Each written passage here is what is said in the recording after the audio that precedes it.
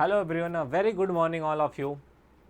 दोस्तों, जैसा आप सब जानते हैं, आप सबके एग्ज़ाम होने वाले हैं और जल्द ही एग्ज़ाम की डेट डिसाइड हो जाएगी। तो आपके एग्ज़ाम में बहुत ज़्यादा टाइम तो बचा नहीं है, इसलिए हम ऐसे ही टॉपिक को कवर कर रहे हैं जो हमारे एग्ज़ाम से रिलेटेड हैं, जो एग्ज़ाम में आने वाले हैं। तो आज का जो हमारा क्लास है, आज की जो हमारी क्लास है, ये बीएससी एग्रीकल्चर 6 सेमेस्टर, और जो हमारा सब्जेक्ट है water shade and water land management. क्या है subject? Water shade and water land management. ठीक है, इसके बारे में आज हम पढ़ेंगे। हमारा टॉपिक है लैंड डिग्रेशन। और उसके बाद आइए शुरू करते हैं हम अपनी आज की क्लास को।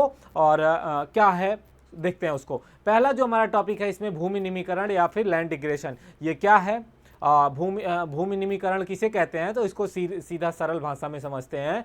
पेड़ पौधे एवं फसलों को, जो पेड़ पौधे होते हैं या जो फसलें होती हैं, उनको अपनी वृद्धि एवं विकास के लिए पोषक तत्व की आवश्यकता होती है। क्या होता है? पेड़ पौधों या फसलों को अपनी वृद्धि एवं विकास के लिए क्या करना पड़ता है? जरूरी पोषक तत्वों की आवश्यकता पड़ती है। क्या पड़ती है? जरूरी पोषक तत्वों की आवश्यकता पड़ती है।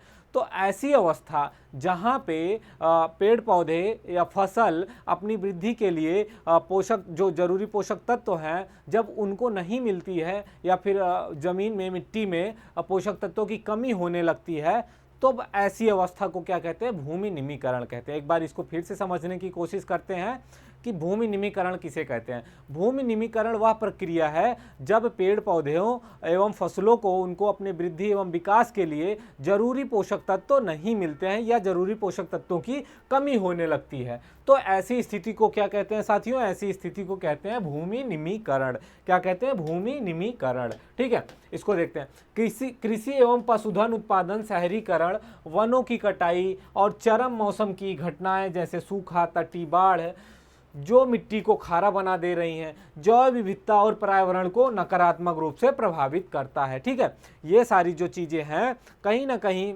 हमारे जो पर्यावरण है, जैव विविधता है और पर्यावरण है, उस पर नकारात्मक प्रभाव पड़ रहा है।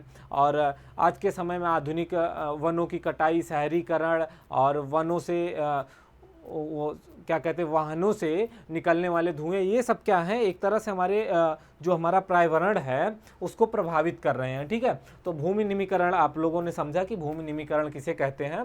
आगे हम देखते हैं भूमि निमीकरण के क्षरण के मुख्य कारण या भूमि क्षरण के कारण।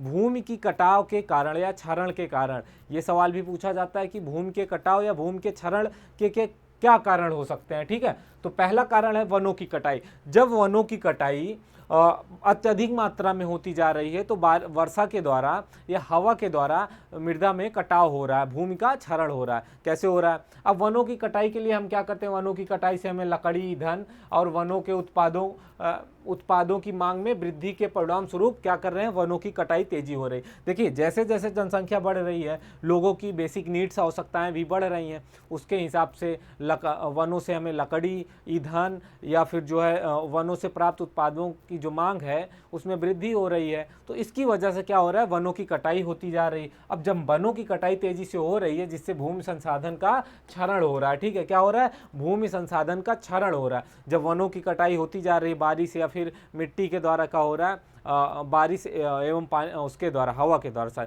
बारिश एवं हवा के द्वारा मिट्टी का कटाव भी तेजी से हो रहा है। तो भूमि क्षरण के कुछ कारण है। जैसे अति चराई की बात करें, अति चराई का मतलब समझते हैं?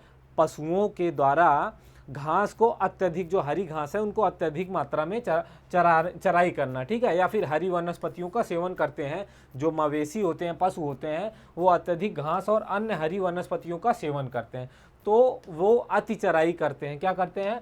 वो आवश्यकता से अधिक, या फिर हमें जो वन क्षेत्र होते हैं या जो चारा क्षेत्र होते हैं, चारागाह क्षेत्र होते हैं, वहाँ पे एक लिमिट के अनुसार जो है पशुओं को वहाँ पे चराई करने के लिए छोड़ा जाना चाहिए। ठीक है, और भूमि क्षरण, पौधों की विविधता में कमी, अवांछित पौधों की प्रजातियों का अत्यधिक प्रसार और प्राकृतिक और वानस्पतिक विकास में कमी सभी मवेशी आंदोलन को प्रभावित करते हैं। क्या करते हैं? जो अति चराई के कारण क्या हो रहा है? भूमि क्षरण हो रहा है, पौधों की विविधता में कमी आ रही है, कुछ अवांछित पौधे भी उत्पन्न हो जा रहे हैं, और उसके बाद और अधिक चराई के कारण जो है मृदा का कटाव भी होता जा रहा है। तो ये सब प्रभाव पड़ते हैं। कृषि पद्धतियाँ, समकालीन कृषि में कीटनाशक और उर्वरकों के अत्यधिक उपयोग से कृषि भूमि की प्राकृतिक गुणवत्ता और उर्वरता नष्ट हो रही। देखिए, जैसे जैसे जनसंख्या बढ़ रही है, लोगों की एक तरह से अन्न की जो डिमांड है वो बढ़ती जा रही है, तो व्यक्ति जो है अत्यधिक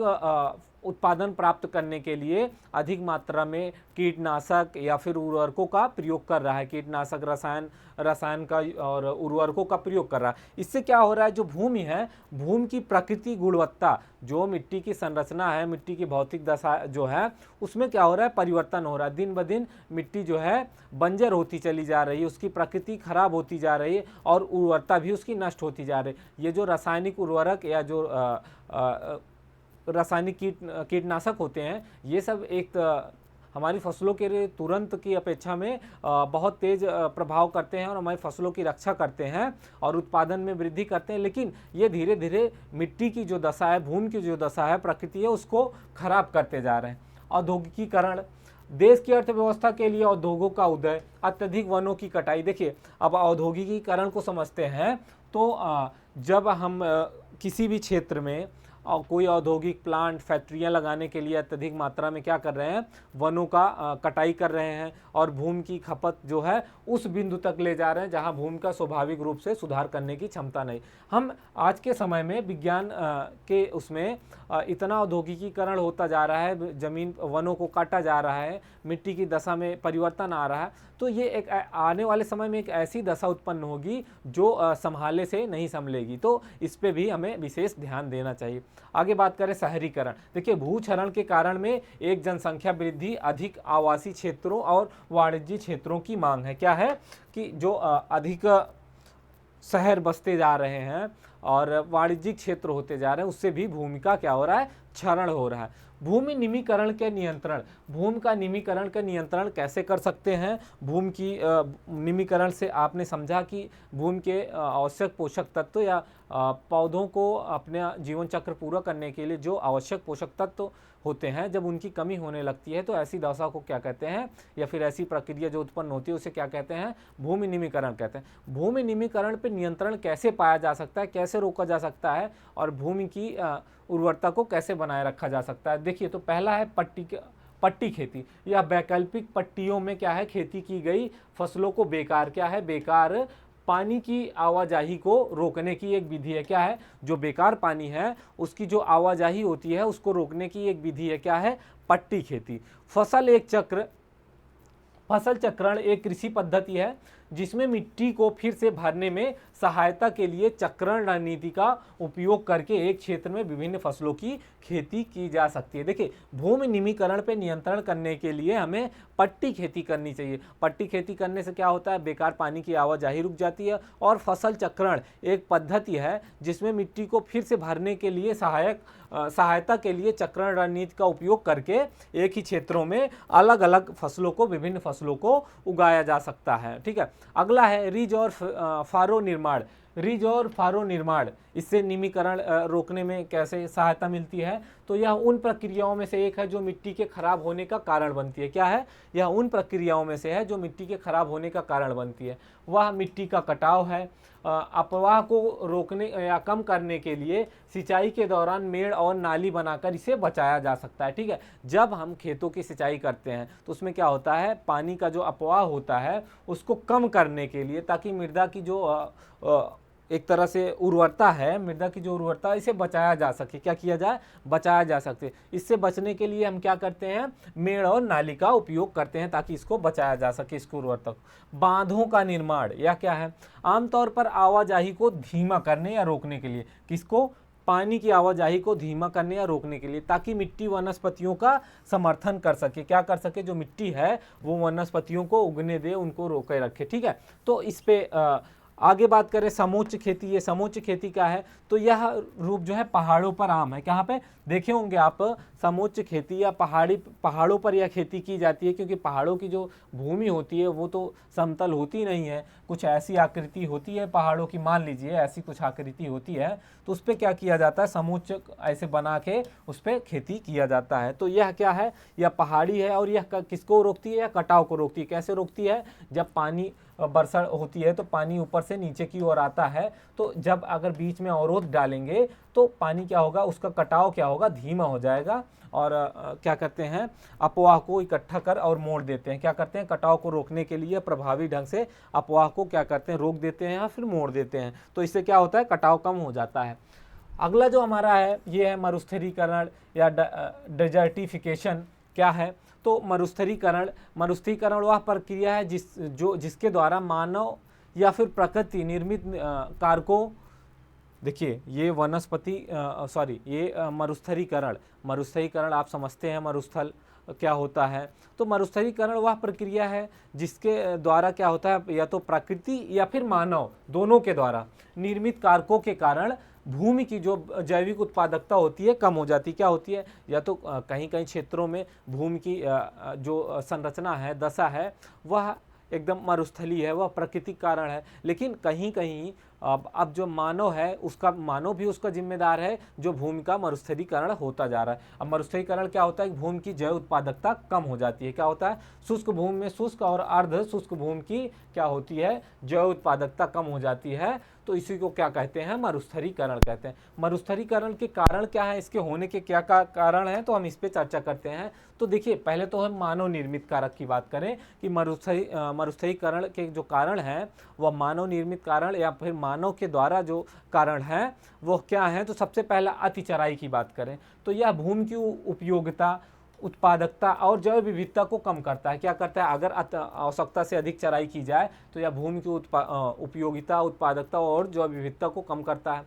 वहीं अगर बात करें 2005 से 15 के बीच का जो भारत में 31% घास के मैदान खो दिए। क्या किए हैं, भारत में लगभग 31% घास के जो मैदान थे, कितना, 31% घास के मैदान जो है वो समाप्त हो गए 2005 से 2015 के बीच में, यानी 10 सालों के बीच में घास के मैदान समाप्त हो गए। वनों की कटाई, वन कार्बन सिंक के रूप में कार्य करते हैं। वनों की कटाई से ग्रीन हाउस गैसों के प्रभाव में वृद्धि होती जा रही है। देखिए जैसे जैसे वनों की कटाई होती जा रही है वैसे क्या होता जा रहा है, ग्रीन हाउस जो गैसें होती है उनके प्रभाव में वृद्धि होती जा रही है। खेती के तरीके, काटो और जलाओ।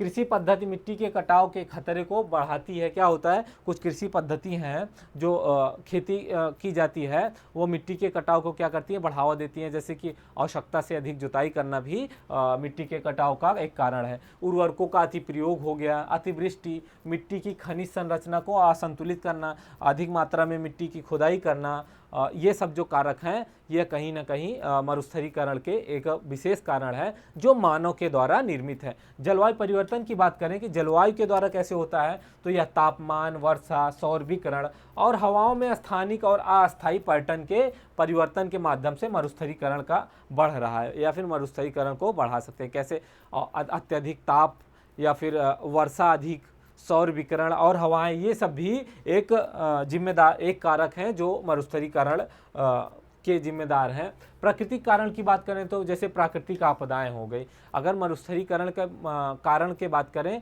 तो मरुस्थलीकरण के जो प्राकृतिक कारक हैं वो जैसे कि बाढ़ हो गया, सूखा हो गया, भूकंप हो गया, पानी का बहाव हो गया, पानी का क्षरण हो गया, उपजाऊ मिट्टी का विस्थापन हो गया और पानी का कटाव हो गया। ये हो गया प्राकृतिक कारण जो मरुस्थलीकरण के कारण।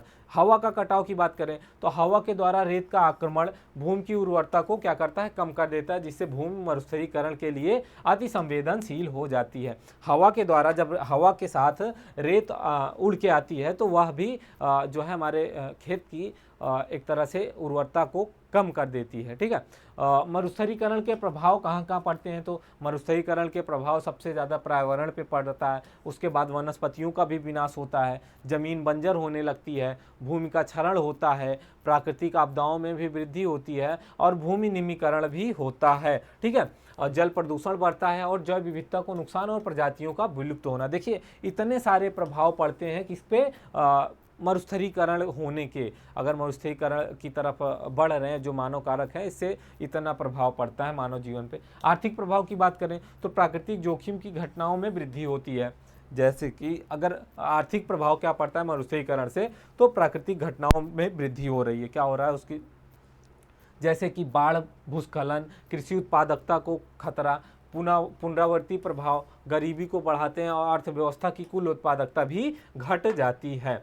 सामाजिक प्रभाव की बात करें, सामाजिक प्रभाव में जैसे अकाल हो गया, गरीबी हो गई, सामाजिक संपर्कों की स्थिति हो गई, सामूहिक पलायन हो गया। देखिए सामूहिक पलायन या पर्यावरण प्रवासन, जब जिन क्षेत्रों की मृदा की स्थिति ऐसी हो जाती है कि वहाँ का उपजाऊपन एकदम ख़त्म हो जाता है, तो फिर वहाँ पे क्या होता है, लोग पलायन करने लगते हैं क्योंकि उनको खाने के लाले शुरू हो जाते हैं। खाद्य सुरक्षा के मुद्दे, भारत में मरुस्थलीकरण की स्थिति की बात करें तो भारत में जो मरुस्थलीकरण की स्थिति है, करीब 96 मिलियन हेक्टेयर यानी 29% क्षेत्र मरुस्थल में परिवर्तित हो रहा है। कितना, ये कितना सोचने योग्य बातें हैं कि हमारे भारत देश में लगभग 29%, कितना, लगभग 29% क्षेत्र जो है मरुस्थल में परिवर्तित हो रहा है। किस पे परिवर्तित हो रहा है, मरुस्थल में परिवर्तित हो रहा है। और यह दिन ब दिन इसकी जो ये स्थिति है वह बढ़ती जा रही है। ये सुधारने की अपेक्षा ये दिन ब दिन बिगड़ती जा रही है, मरुस्थल में परिवर्तित होता जा रहा है। तकरीबन कितना, 96 मिलियन हेक्टेयर ज़मीन पे मरुस्थलीकरण में परिवर्तित हो रहा है। हाल में संयुक्त राष्ट्र के कन्वेंशन टू कम्पैक्ट डेजर्टिफिकेशन में प्रस्तुत सरकार के आंकड़ों के अनुसार भारत में एक दशक में घास के क्षेत्रों का 31% यानी कि लगभग 5.65 मिलियन हेक्टेयर क्या है, हिस्सा क्या हो गया, नष्ट हो गया। क्या हो गया, हिस्सा नष्ट हो गया। कितना हिस्सा, लगभग जो है 31%।